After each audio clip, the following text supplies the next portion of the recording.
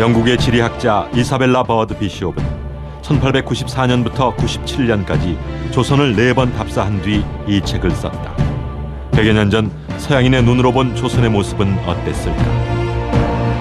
한국의 문학, 교육체계, 조상 숭배, 문화, 사유 양식은 매우 중국적이다. 중국의 패러디인 이곳에 서양 문명의 효모가 발효되기 시작했다. 이는 외국인이 한국 문화를 접하고 받는 느낌일 수 있지만 우리 스스로가 던지는 우리 문화에 대한 의문이기도 하다.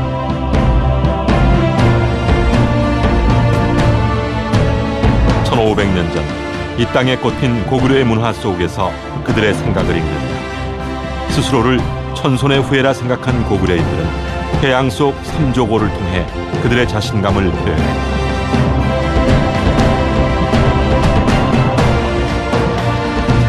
중원 문명의 심장부 황하.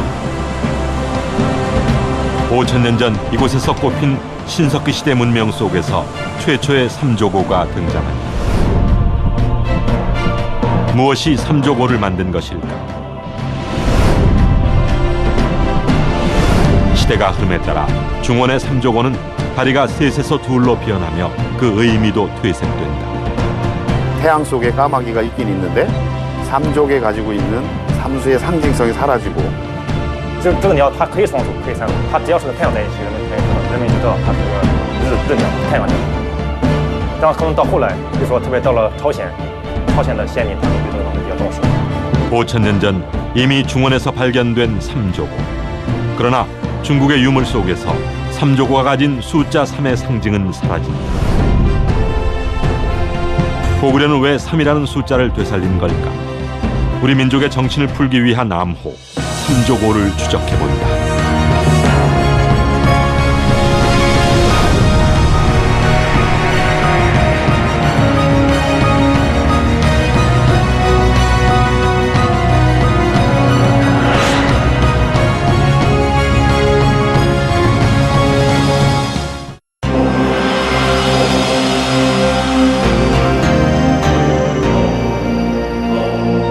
시간을 열고 과거로 통하는 문, 우리를 또 다른 우주로 이끈다.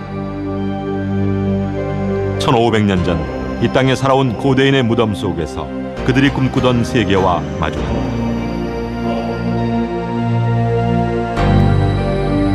고구려인들이 죽음 뒤에 이르는 세상.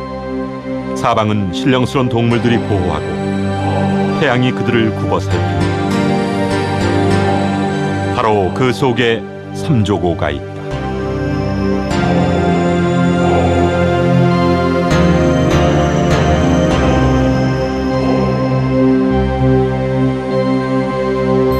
그런데 여기서 또 하나의 의문이 생긴다. 왜 까마귀의 다리를 굳이 3개로 그린 것일까?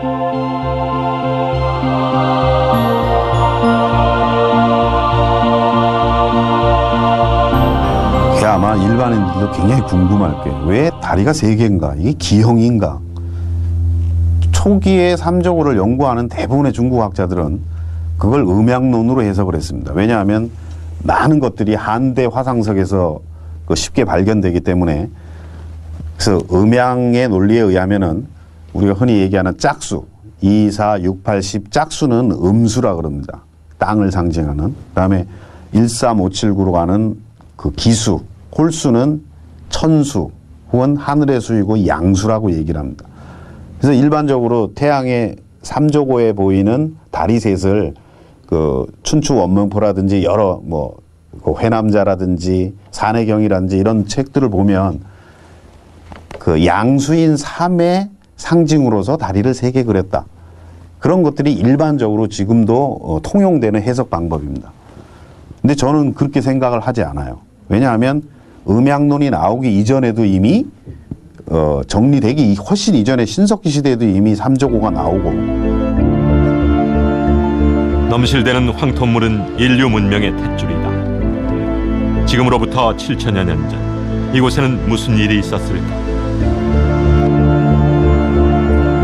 떠돌이 생활을 하던 인류가 강가의 비옥한 땅에다 곡식을 심고 돌을 갈아 연장을 만들었다. 이른바 황하 문명이 탄생한 것이다.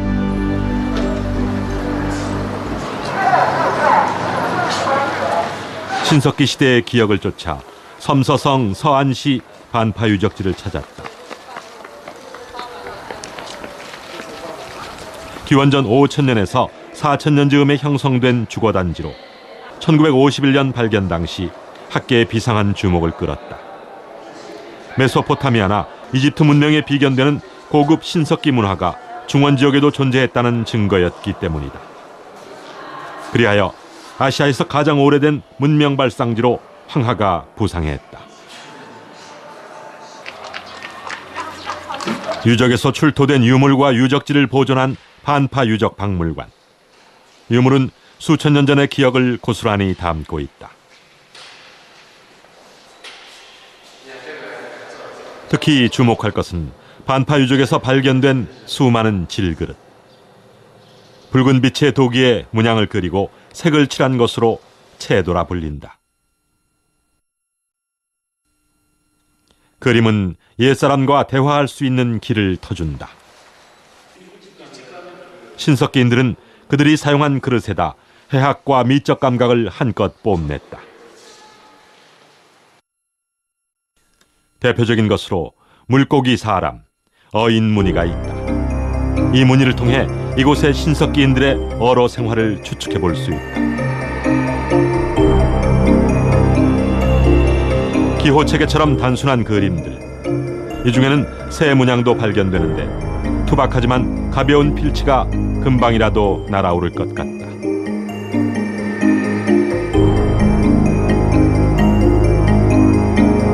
그리고 다리 셋의 검은 새 삼조고를 발견했다. 여러 유적에서 발견된 것도 마찬가지. 이처럼 새의 다리를 세 개로 그린 이유는 뭘까? 就为什么它叫三足，确实没有任何材料说明它为什么三个足，确实没有这个说明。这个现在就没有什么文献材料。这个关于这个阳数了，它为什么不是1，不是5，不是7，1、3、5、7、9都是阳数，它为什么就三足？他就说把那个，我觉得他那个光讲这个，纯粹是阳数。就是这个鸟，它可以双足，可以三足，它只要是跟太阳在一起，人们就知道它是个日鸟，是太阳鸟。就现在用的说，就是说那个阳朔的那个三足，它究竟是不是我们后来说的那个三足乌，我都不一定。它三足可能仅仅是当时画的一个装饰。 중원의 뿌리가 된 황하 문명의 심장에서 만난 삼조고. 과연 신석기인들은 아무 의미 없이 삼조고를 그렸던 걸까? 더군다나 시간이 지나면서 삼조고는 그 원형에서 멀어져 갔다. 그렇다면 중국인들에게 3이란 숫자는 별다른 의미가 없었던 것은 아닐까? 중원 지역에서는 사실은 가장 이른 시기에 삼조고 형상이 보입니다. 앙소문화 지역에서 보이는데 그 뒤로 상주를 거쳐서 한대의 꽃을 피고 한나라 이후에는 거의 사라집니다. 그 주맥이 다시 고구려로 넘어가서 한반도로 이어져서 일본으로 연결되는데 그 중원 지역에서 왜 삼조고가 더 이상 사용되지 않았을까 하는 것들은 그 삼조고가 가지고 있었던 유목문화의 관련성 그리고 북방 민족들이 공유하고 있었던 그 신성한 수로세의 삶과 구와 같은 그런 문화적인 이질감도 크게 작용을 한 것으로 저는 보고 있습니다. 유물은 그 제작 시기와 운명을 같이 한다. 중원 지역에서 발생했다던 삼조고는 시대가 지날수록 그 형태가 변하거나 점점 의미를 상실했고 결국 중원에서 종적을 감춰버렸다.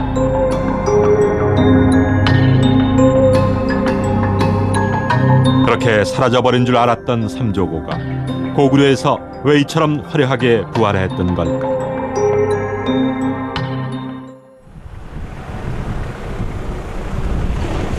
역사는 미래를 볼 수 있는 거울이다. 참된 역사 교육이야말로 내일을 바라보는 안목을 기르게 한다. 삼조고를 상징물로 내세운 국학원.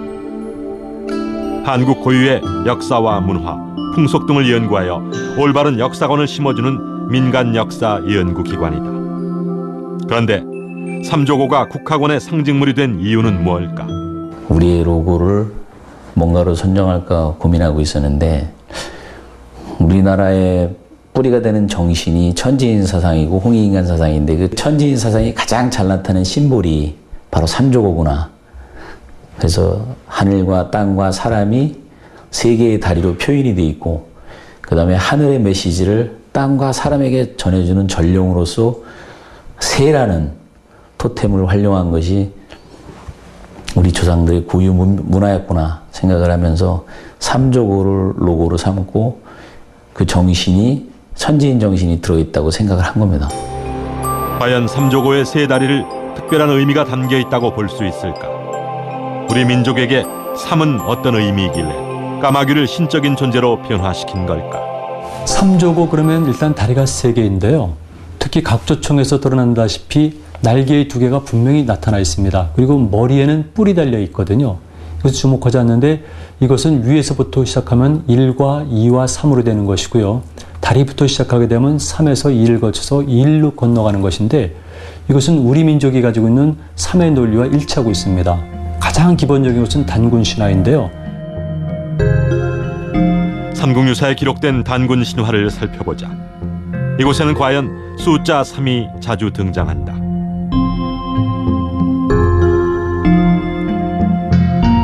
환인과 환웅이 살던 삼위산. 환인은 아들 환웅에게 나라를 다스리는 데 필요한 천부인 도장 3개를 주었고 부하 3,000명을 데리고 신단수로 내려왔으며 풍백, 우사, 운사 등 삼신을 거느렸다.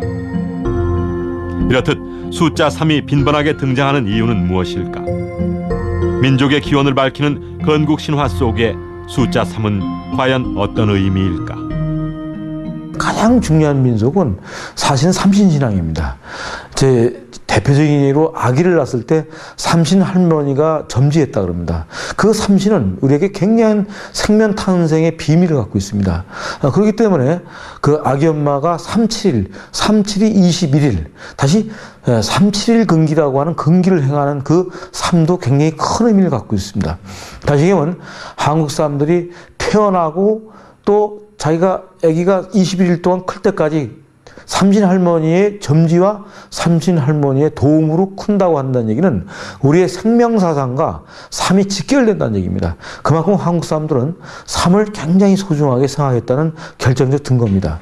우리들의 무의식적 세계 또 집단 무의식 속에서 우리 가슴 속에 삶이 각인돼 있지 않나. 그래서 우리 한국 사람이 삶을 사랑하고 삶을 굉장히 좋아하고 삶을 신비하기도 하고 또 삶을 생명의 탄생까지 이어가는 것은 어떻게 보면 우리에게는 어떤 원본적인 사고다. 왜 셋인가에 대해서 저는 북방 유목 문화와 목축 문화를 중심으로 한 북방 지역과 그 황하를 경계로 농경 문화를 중심으로 했던 남방 문화가 굉장히 신석기 이래로 이질적인 문화권이었다고 생각을 가지고 있어요.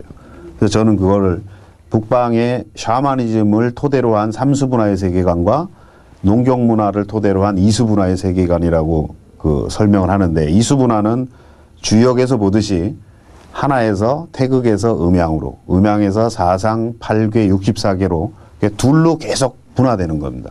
삼수문화의 세계관은 하나에서 바로 셋으로 쪼개집니다. 셋에서 다시 아홉으로, 아홉이 자기 복제수인 81로.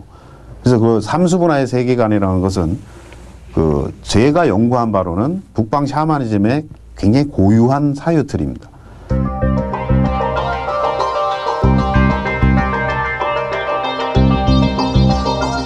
숫자의 틀이 다른 만큼 사고의 틀도 다른 걸까? 만리장성을 중심으로 중원과 북방 지역을 나누면 수렵 유목문화를 가진 북방은 3, 농경문화를 가진 중원은 2를 중심으로 한 세계관을 가지고 있다.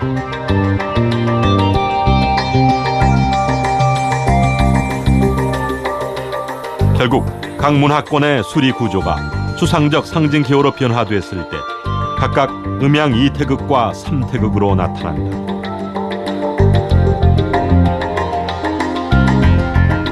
그렇다면 이러한 숫자 개념의 차이가 북방 지역과 남방 지역의 문화적 차이까지 설명해낼 수 있을까?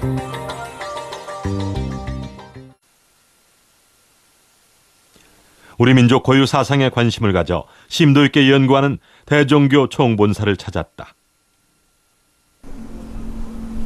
과연 우리가 가진 근원적 수리 구조는 무엇일까? 단군 신화 속에 등장하는 삼이 우리에게 어떤 힌트를 주지 않을까? 교당의 한쪽 벽에는 대종교의 기본 경전이 걸려 있다. 하늘의 이치를 설명한 비밀서로 천부경이라 불린다. 일정하게 나열된 숫자와 글의 조합은 수수께끼를 보는 듯하다. 이 천부경을 통해서 무엇을 말하고자 한 것일까? 천부경과 관련된 환단고기의 기록을 살펴본다.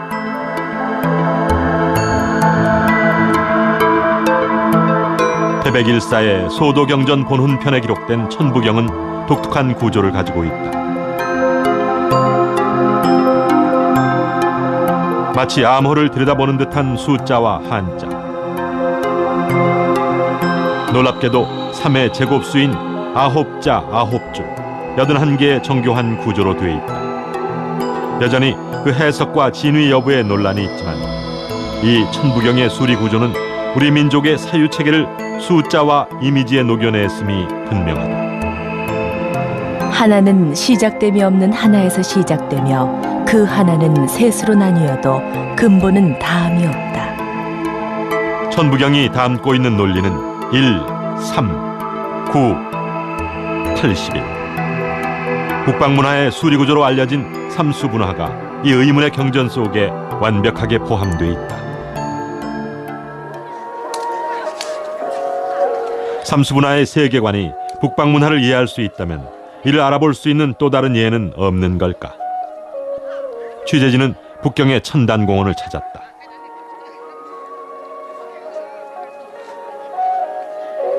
하늘의 성전 천단. 1420년 명나라 영락제가 완성했다. 그러나 현재의 천단은 만주족인 청나라가 다시 만든 것이다.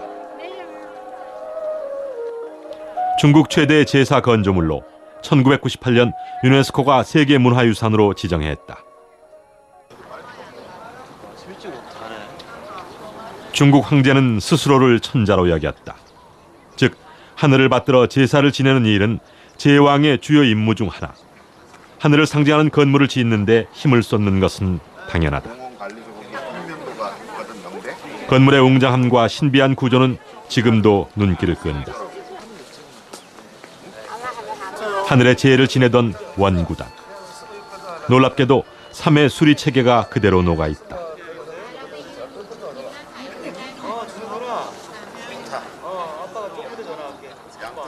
천심석을 중심으로 9겹의 대리석판이 원을 그린다. 첫 번째 원은 9개, 두 번째는 18개, 세 번째는 27개로 이어져 결국 마지막 9번째 바퀴는 정확하게 9의 9배수인 81의 조각으로 이루어졌다. 원구단으로 오르기 위한 층의 개수도 3층, 각각의 층을 오르기 위한 계단도 9개, 담장의 난간도 층에 따라 9, 18, 27칸으로 철저한 139, 81의 나열이다. 지금 현재 보는 그 천단의 모습은 북방족인 그 청나라가 중원을 지배하기 시작하면서 새로 건설된 것입니다. 그래서 이 만주족들은 그 북방 샤머니즘의 삼수분화의 세계관을 공유하고 있던 민족이었기 때문에 여러분들 보시는 것처럼 뭐 계단이라든지 난간이라든지 가운데 천신석을 중심으로 한 그 구조라든지 이런 것들이 철저하게 139, 81로 이어지는 삼수분화의 세계관을 건축물로 구현을 하고 있는 곳입니다. 청나라를 세운 만주족은 한족이 세운 명나라와는 다른 수리구조를 가지고 있었다. 실제로 명대와 청대의 천단 구조를 비교해보면 계단, 난간, 환구 형태에서 차이를 보인다. 북방문화의 뿌리를 둔 청나라는 그들의 사상을 이 천단에 고스란히 남겼다.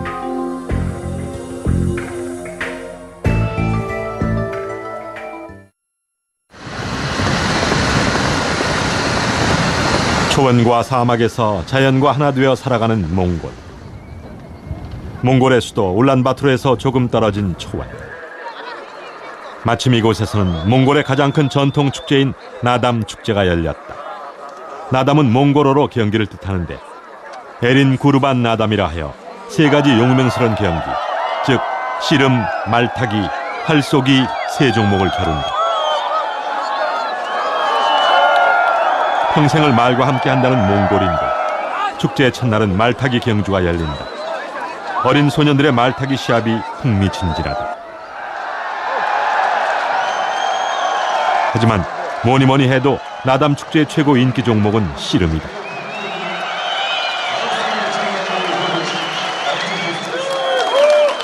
몽골에서 가장 힘센 사람을 뽑는 씨름. 몽골어로 버흐라고 불리는데 한국의 씨름과 비슷해 보인다. 상대방을 제압해 팔꿈치, 무릎, 어깨 등을 땅에 닿게 하면 이긴다. 승리자는 몽골의 9 부족을 상징하는 깃발 앞에서 가루다라는 새의 춤을 춘다. 그런데 이 씨름의 경기 운영 방식이 독특하다. 매년 512명의 선수가 참가하여 토너먼트로 경기가 진행되는데 한 선수는 3번씩 3번, 모두 9번을 싸워 이겨야 최고의 씨름 영웅이 된다. 이때 3번째 경기는 선수가 직접 쉬운 상대를 고를 수 있다. 최종 우승자의 흥겨운 춤사위 가루다. 승리자에게 주는 선물에도 3의 개념은 여지없이 나타난다. 9벌씩 9종류, 즉 81가지의 선물이 수여된다. 몽골인의 용맹을 가늠하는 전통 씨름 경기에 어째서 3과 관련된 숫자들이 많은 것일까?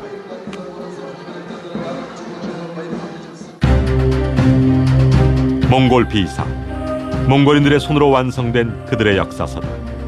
여기에 숫자 9와 80일에 관련된 기록이 많이 나타난다. 징기스칸의 친구이자 부하인 부르칸이 징기스칸에게 죄를 지어 사과를 하러 가는 길에 선물을 준비한다. 그런데 그 종류가 9종씩 9개, 즉 81가지로 최고의 예우를 표한 것이다. 몽골인에게도 숫자 3이 특별한 것일까? 또 3의 완성수인 9와 80일은 그들에게 어떤 의미일까? Ер нь бол монголчууд ертөнцийн үүслийг 3 юмнаас үүссэн гэж үздэг л дээ. Тэгэд юу гэдэг вэ гэхлээр нөгөө шороо, гал, уснаас үүсэлтэй гэж үздэг. Тэгээд энэтэйгээ холбоотой 3 тог ертөнц үүссэн тийм ээ. Ийм 3 юмнаас үүссэн гэдэгтэй холбоотойгоор 3 тог бэлэгдэж ирсэн байна. Ингээд бүх зүйлээ дандаа сайн сайхан аливаа үүлийг хийхдээ аливаа зүйлийг бол 3 тогоор хийж үйлдэж түүнийгээ дээдэлдэг юм л та. Жишээлбэл монголчууд ярьдаг штеп.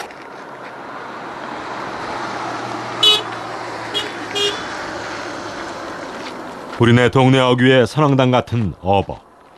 지금도 몽골인들은 이 돌 무더기에 돌을 3번 던지고 주위를 3바퀴 도운다.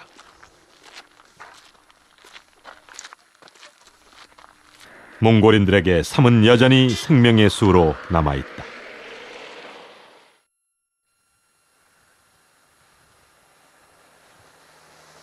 유목민족의 원형이 남아있는 몽골. 무엇보다 몽골인은 세상을 하늘과 땅, 사람으로 나눈 샤머니즘적 세계관을 믿어왔다. 이것이야말로 북방문화의 중심 사상이다.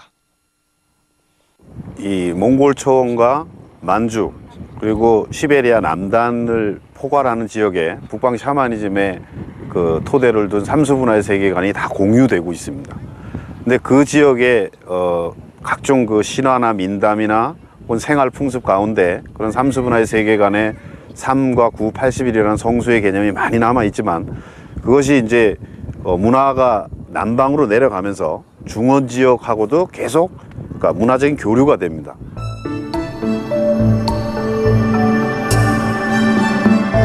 문명의 흐름은 경계가 없다. 서로가 영향을 끼치며 전개된다. 중원의 앙수 문명에서 가장 최초로 발견된 삼조고의 채도. 숫자 3의 세계관을 담은 이 상징물은 역시 북방문화의 영향으로 볼 수 있지 않을까. 그런 삼수문화의 세계관이라는 틀 때문에 그 태양의 상징으로서 까마귀가 들어오지만은 다리를 그릴 때 3으로 그린 것이고 그게 우리의 삼신사상이라든지 이런 문화적인 특수성과 연결이 되어 있다고 보고 있습니다.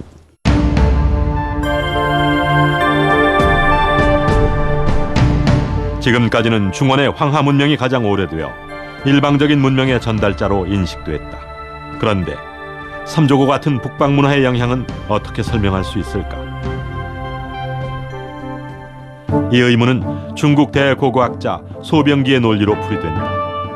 그는 고고학적인 조사를 통해서 고대부터 남방과 북방 문화가 교류했음을 밝혀 과거 중원 중심 문화론의 일대 대변혁을 일으켰다.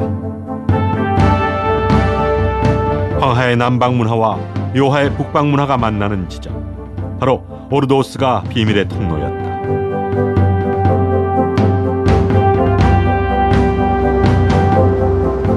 황하가 중원으로 들어오기 전 오르도스 지역에서 강물은 기역자로 급히 꺾여 들어온다. 바로 이 험한 계곡을 따라 신석기 시대부터 북방과 남방 문화가 이어졌던 것이다.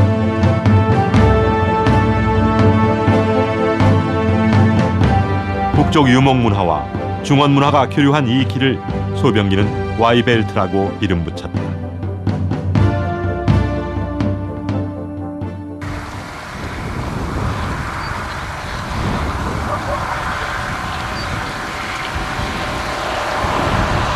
예로부터 문명의 불모지로 알려졌던 북방에는 어떤 문화가 존재했을까? 그 정체를 만나기 위해 내몽고 자치구 적봉시를 찾았다. 내몽고 지역이지만 요하 일대의 요동반도와 만주에 더 가깝다. 적봉은 붉은 산이라는 뜻.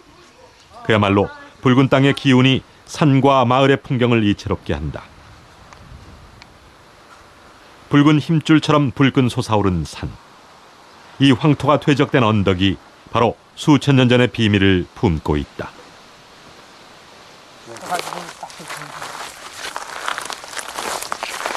홍산은 5천 년을 거슬러 올라 신석기 문명이 자리 잡은 곳. 지금도 황토를 걷어내면 문명의 조각들이 발견된다.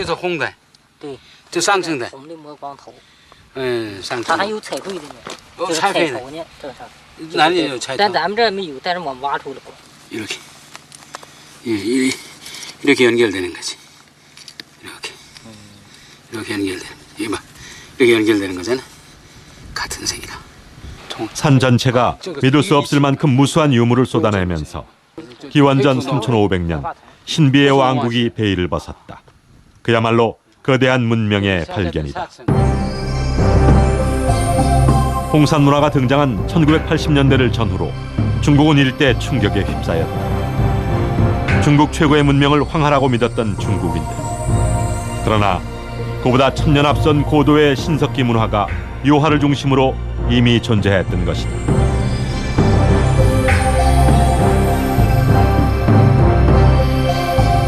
만주 지방을 가르는 요하를 중심으로 발해만에 위치한 신석기 문화지대. 이를 가리켜 홍산 문화라 부른다. 그 역사 이래로 모든 논리가 이 만주 일대, 요동과 요소를 포함하는 이 일대의 문화는 그 중원의 황하 문명의 영향으로 뭐가 만들어지고 거기에서 뭐가 전래되고 이런 식의 그 논법이 가장 보편적으로 받아들여지고 그 일대에는 우리가 흔히 알고 있는 것처럼 동이라든지 북적이라든지 하는 야만인의 땅이었어요. 그곳에서 그렇게 신석기 시대에 어마어마한 새로운 문명이 있었을 거라는 걸 아무도 상상을 하지 못했죠.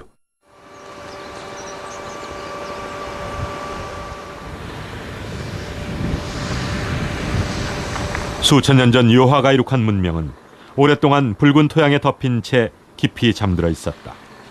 황하 문명을 뛰어넘는다는 요하 문명. 그 진면목을 만나기 위해 우하량으로 향했다.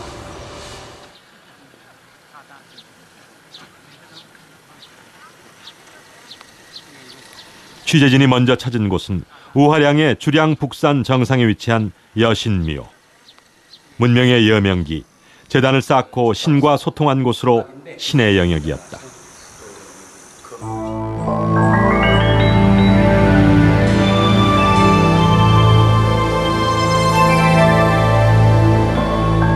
고대의 종교 성지인 여신묘가 발굴되면서 홍산 문화가 전면에 드러났다. 특히 이곳에서는 여신의 두상이 출토됐는데 진흙으로 빚었고 옥으로 눈을 만들었으며 실제 사람 머리 크기만 해. 여기 고고학자들은 대단히 큰 그 충격을 받았어요. 왜냐하면 기원전 3000년, 지금부터 5000년 전에 이미 대능하 유역에 이만큼 큰 신전을 구축할 수 있었던 그 세력이 과연 어느 세력이냐, 그 조직이 사회가 어떤 사회나. 흙으로 빚은 여신의 얼굴. 5000년 전의 고대인과 마주보는 듯하다. 다양한 제기와 소조로 된 여신상들이 발견되면서 이곳의 문화가 이미 시족 사회를 넘어선 고대 국가 형태임을 짐작하게 한다.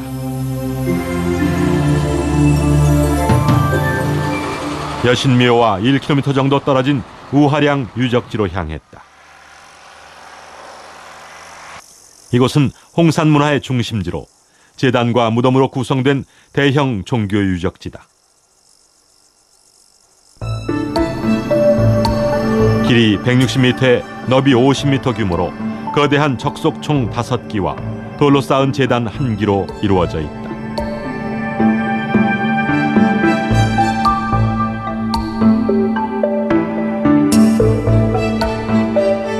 그런데 취재진의 눈길을 끈 것은 제단의 형태다. 사각형 모양의 방형 제단과 원형의 제단이 있는데 특히 원형의 제단은 3층으로 이루어져 있다.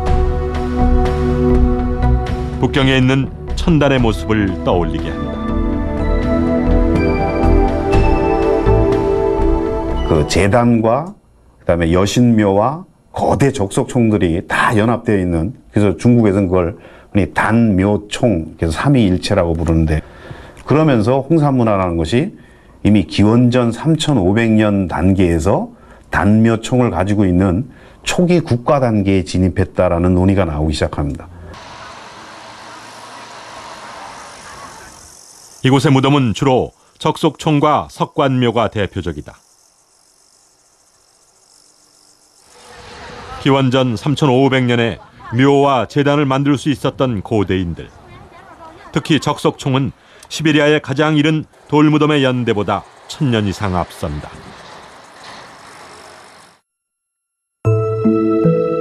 무덤 속에서 홍산만의 독특한 매장 풍습이 발견된다.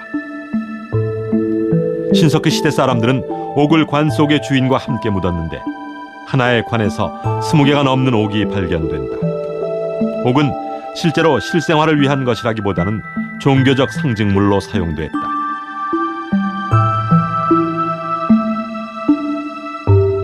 영원 불멸의 상징. 옥기는 하늘을 통하는 신령스런 기물인 것이다.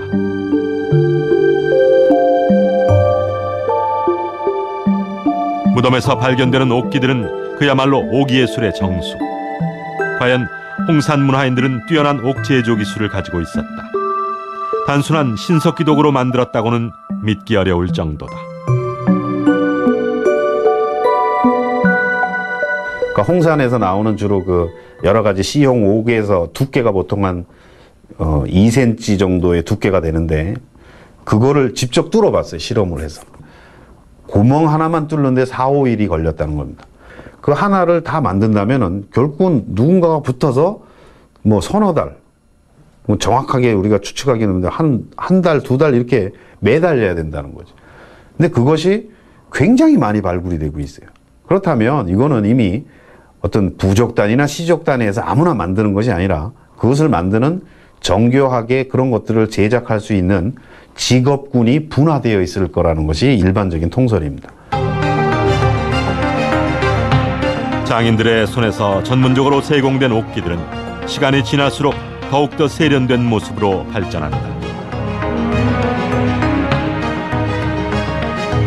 홍산 문화의 옥기와 중국 최초의 국가인 은나라의 옥기는 2000년의 시간차를 가지고 있는데도 굉장히 비슷하다. 즉 홍산의 옥기가 중원지방으로 흘러가 중국 옥기 문화의 기원이 된 것이다. 특이하게도 옥기는 점점 용의 형상을 갖춘다.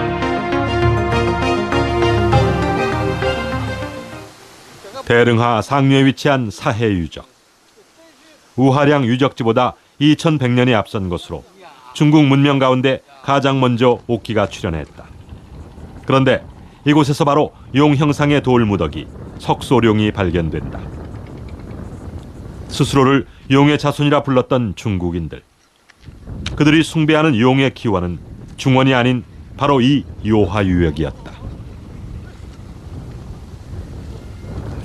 20m나 되는 거룡이 발이 있고 입이 있고 머리가 있고 꼬리 부분이 있고 그런 용이 여기서 그런 형상이 나왔다는 것은 동북아시아의 그 용신앙의 그 원류가 아닌가 생각합니다.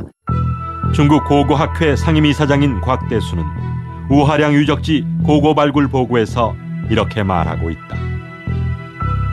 중국 5000년 문명의 기원이 요화유역에 있음이 유적으로 확인됐다. 특히 우하량 적석청 제16지점에서 발견된 옥풍, 옥인 등을 비롯해 각종 제단과 묘, 이들의 배치는 북경의 천단이나 명나라 황제를 모신 13릉과 비슷해 예의 원형을 찾아볼 수 있다. 중국 문명의 중심지가 결코 한 곳만이 아니었다. 결국 저명한 고고학자 소병기 또한 홍산 문화는 중화 문명의 서광이라며 요화유역을 중국 문명 발상지 가운데 하나로 인정했다. 중국이 여태까지 그 중국 문명 하면 황하 문명, 그다음에 장강 문명을 얘기를 하였는데 지금 요하 문명은 중국 문명보다, 그러니까 황하나 장강보다도 2000년이나 앞선 그런 문명으로서 중국이 과거에 생각했을 때는 오랑캐 문화였습니다. 동이의 문화였는데 이것이 현재는 중국 영역 안에 있다 보니까 중국이 새롭게 문명 논을 재편을 하여서 이 모든 것을 중화 문명으로 잡고 새롭게 중국 문명을 정리하는 그런 작업이라고 볼 수 있습니다. 황하 문명보다 1000년을 앞선 요하 문명은 서양의 이집트나 메소포타미아 문명과 거의 동일한 시기에 생성된 문화이다. 지금까지 황하를 중원 문명의 요람으로 보았던 중국인들이 요하 문명을 중국 문명의 기원이라고 주장하고 나섰다. 과연 홍산 문화가 중국인들의 역사일까?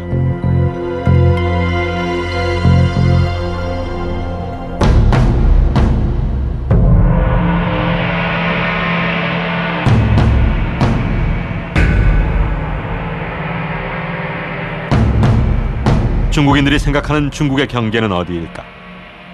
중원을 통일하면서 진시황제가 세운 만리장성. 청나라 이전의 중국인들이 자신의 영역과 외부 세계를 가른 국경선이다.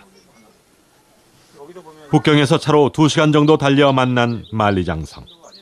장성 밖은 관념상 중국의 영토가 아니었다. 그렇다면 저 너머에 존재한 요하 문명의 주인공은 누구인 걸까?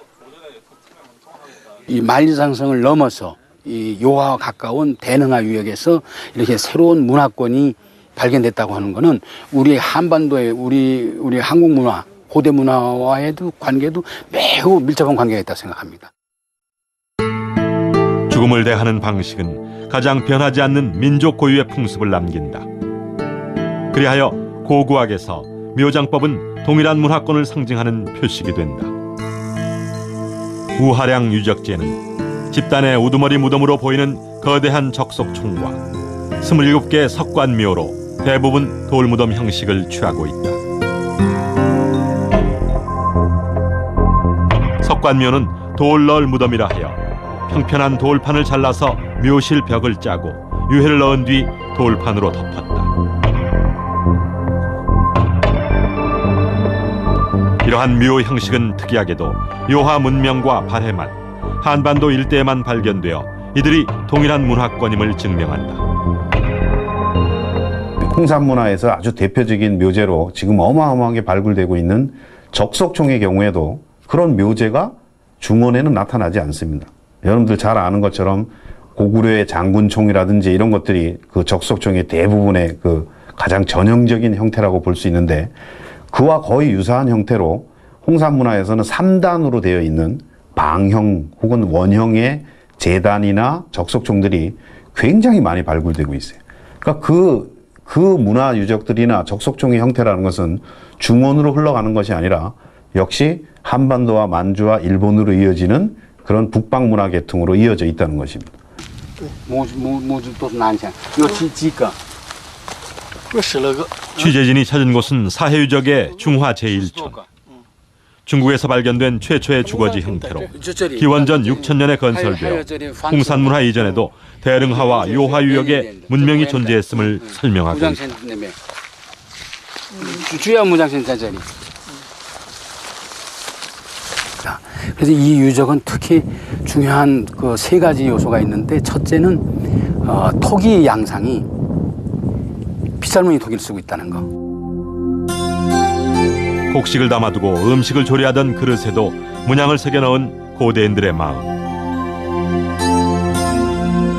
특히 갈지자 형태의 무늬는 한반도에서 발견되는 빗살무늬 토기와 매우 비슷하다.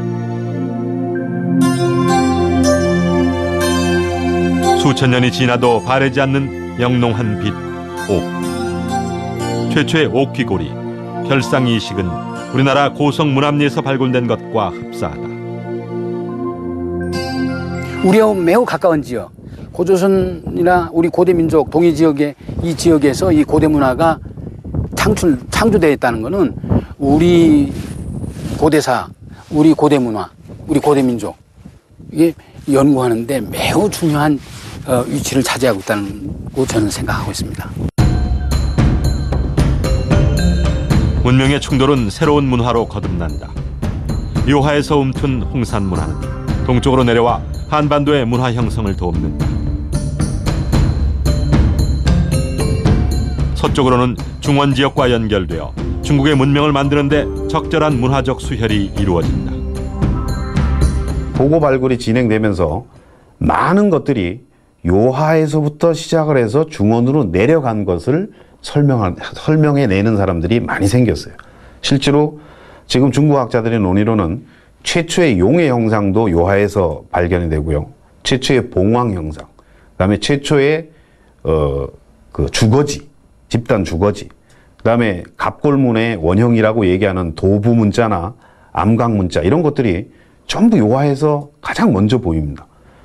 그래서 지금은 많은 사람들이 요하와 황하 지역이 서로 교류가 했다는 것에 대해서 인정을 하고 있어요. 일방적인 영향관계에 있는 게 아니라 앙소 문화의 영향을 받는 측면도 물론 있지만은 여기에서 내려가서 영향을 준 것들이 많이 있습니다. 고대 문명의 발상지 홍산. 동아시아 문화의 주류를 형성하며 주변 지역에 많은 영향을 끼쳤다. 중원에서 문화를 받아들여 형성한 수동적인 문명이 아니라 고유한 그들의 세계관을 형성하고 뛰어난 문명의 텃밭을 일구었다. 남방 문화인 앙소 문명과 북방 지역의 요하 문명, 그리고 바이칼 초원 문화는 수세기에 걸쳐 교류하며 이른바 동방 문명의 심장박동을 뛰게 했다. 북방 문화가 남방 문화에 끼친 영향이 바로 앙소 문명에서 발견된 채도 속의 삼조고를 설명해낼 수 있지 않을까. 그러니까 최초의 삼조고 상징은 앙소에서 나오지만 그 삼족이 만들어질 때도 와이벨트를 통해서 북방의 삼수분화의 세계에 영향을 미친 것이고, 그 다음에 거의 소멸되다시피 하다가 북방에서 내려온 상족들에 의해서 다시 부활을 하는 겁니다. 그리고 그 삼수의 상징성을 지속적으로 가지면서 근근히 이어지다가 결국 중원 쪽에서는 그들과 세계관이 다르기 때문에 삼수의 상징성이 거의 사라집니다.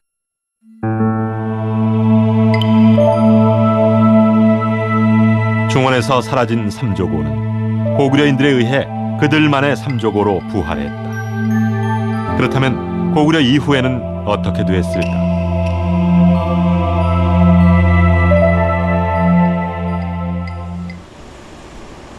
고구려가 사라지면서 그들의 상징인 삼조고도 사라져버린 걸까?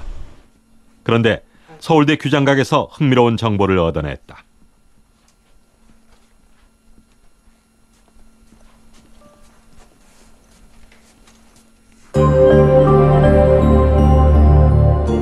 문종 4년에 완성된 세종실록.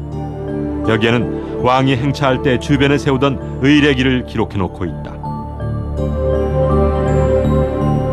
엄숙하고 권위적인 공간을 연출하기 위해 세우던 의례기. 깃발에는 청룡, 백호, 현무기와 함께 주작기가 등장한다. 그런데 주작기에 그려진 주작의 모습이 기이하다. 바로 머리가 셋에 다리가 셋이다.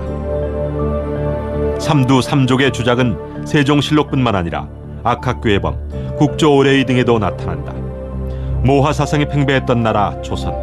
그러나 주작기만은 중국을 따르지 않았다. 실제로 중국의 주작기는 머리가 하나이다. 왜 조선 왕조는 그들의 주작기에 삼두삼족을 그린 걸까? 조선시대에는 그 해를 표현한 그 일기가 사용되지 않았습니다. 그 이유는 천상에 하나밖에 없는 해를 상징한 일기는 천자국만이 사용할 수 있다고 생각을 했기 때문에 그 중국을 섬겼던 제후국의 입장이었던 조선은 일기를 사용하지를 못했습니다. 그렇기 때문에 일기 대신에 주작기에 그 일상문에 표현되었던 그 삼족의 전통이 삼두삼족으로 나타난 것으로 보여지는데요.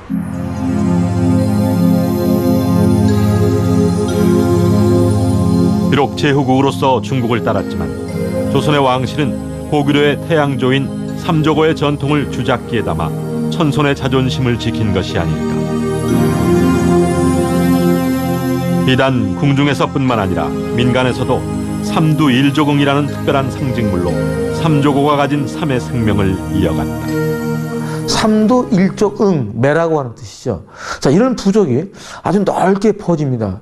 어떤 민중의 어떤 뭘 악기를 쫓는다거나, 그 안에는 아주 탕가놀이를 포함하는 어떤 그 부정부패까지 포함한 겁니다. 이것을 쫓겠다고 하는 강력한 의지가 삼두일조응으로 나타납니다. 이 잔재가 21세기 지금까지도 사찰의 부족 속에서 흔적이 완전히 남아있다고 하는 겁니다. 그것은 우리 민족의 삼이라고 하는 이 트레이드 마크가 강인한 시각적 비주얼로 지금까지 남아있다고 하는 겁니다.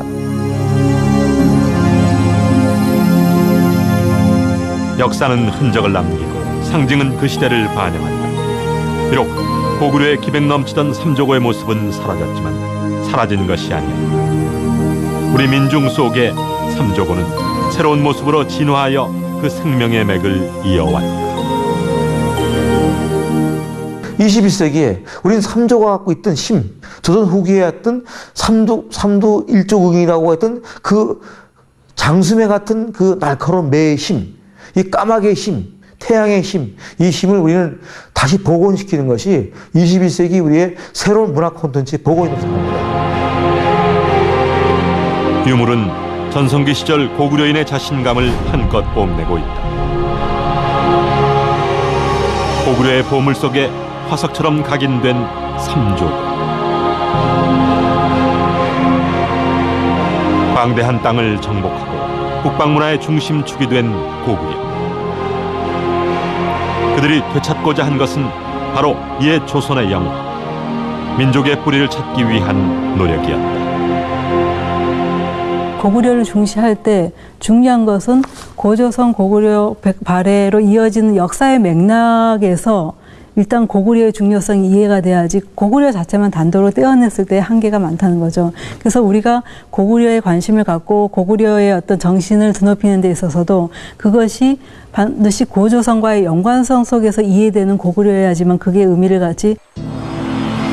지금껏 우리가 잊고 지내온 역사 고구려. 이 땅에 남아있는 고구려의 흔적을 통해서 우리는 한민족 고대사에 한 발 더 다가선다.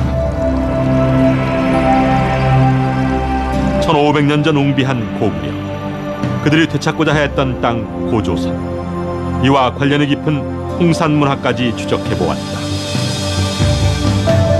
묘하에서 태어난 고도의 신석기 문명 홍산문화. 이곳은 동북아 중원과 교류하고 초원과 함께 숨쉬며 동방 문명의 힘줄이 되어 거대한 동아시아 문화 맥박이 되었다. 동북아시아 역사를 얘기할 때는 이 북방 지역은 항상 앙소문화 황하 유역에서 나오는 어떤 문화적인 후광을 입어서 여기에서 뭔가 탄생하고 하는 식의 시각이 일반적이었어요. 근데 이제는 그 북방족들이 중심으로 되었던 요하 문명권이라는 게 엄연하게 존재했다는 것이 고고학적으로 밝혀졌습니다. 그래서 그 지역에서 어떻게 또 남방 쪽으로 영향을 미쳤고 그런 것들에 대해서 우리가 다시 자부심을 갖고 그런 것들이 주맥이 한반도로 이어지고 있다는 것을 우리가 다시 한번 살펴볼 필요가 있습니다.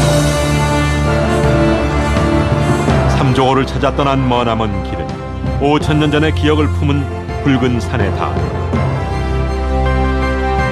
북방 지역에서 자라난 거대한 홍산 문화, 그들이 가진 고유의 세계관과 고도에 발달된 문물은 중원에 전해져 족적처럼 남아있다. 문명 교류의 키워드 삼조고, 홍산 문화의 영향을 받은 중원에서 다시 북방 문화를 계승한 고구려 속에서 삼조고는 동방 문명의 맥으로 우리의 가슴에 기억된다.